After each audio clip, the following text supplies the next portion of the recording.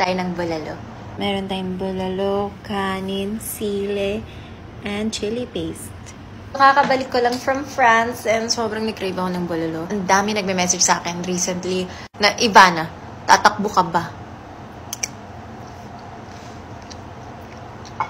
And guys, I think it's the perfect opportunity and the perfect time for me to finally tell you. At sana ibigay niyo yung buong suporta niyo sa decision kong to. Sana suportahan niyo ako sa hindi ko pagtakbo. Bakit naman ako tatakbo sa ngayon? Wala akong alam sa politics, wala akong alam sa paggawa ng batas, and siguro kung papasok man ako sa ganyan, dapat mag-aral man lang ako ng 3 to 4 years. Because I don't want to put our country at risk. Bakit ko ipapasok ang isang bagay na hindi ako handa? A lot of people would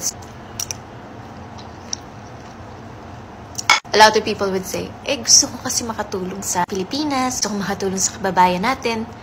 Guys, kayang-kaya natin gawin yun even without being into politics.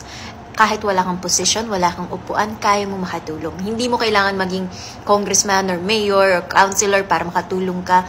We can all help out in our own small way. Kapag papasok ka sa politics at ipaglalaban mo ang Pilipinas, dapat may utak ka. Parang gantong bulalo kung laki yun. At hindi lang yun, dapat may laman yung utak mo.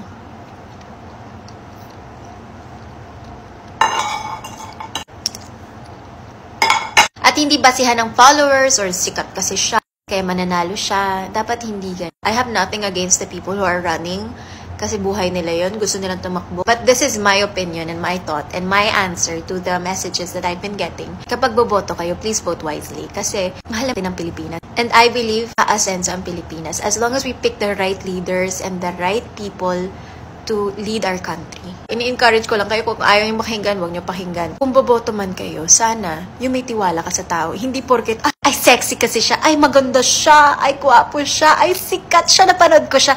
Dapat hindi ganun. Dapat ay may tiwala ko sa kanya. Alam ko may magagawa siya para sa Pilipinas. Magaling yan. Dapat ganun. Kasi kung sa ganda lang guys, maambag mo lang yung ganda mo at pogi mo sa session o yung pagiging matakaw mo, sexy mo. Ano yun? So yun, sa mga gustong tumulong, tulong-tulong tayo. Hindi natin kailangan ng position para makatulong. Pwede kang tumulong kahit hindi ka politika. And also, please vote wisely. And kapag tatakbo ka, please, sana man lang, ibibigay mo talaga yung all-in mo. Hindi pwedeng, racket ko to. Dapat dedicated ka, give your all, at dapat alam mo yung ginagawa mo at mahal mo ang ating mga kababayan. Kasi dapat ang nasa utak mo lagi is them, not makasarili ka, huwag ka nang tumakbo. Yun lang guys, so kakain na ako, bye!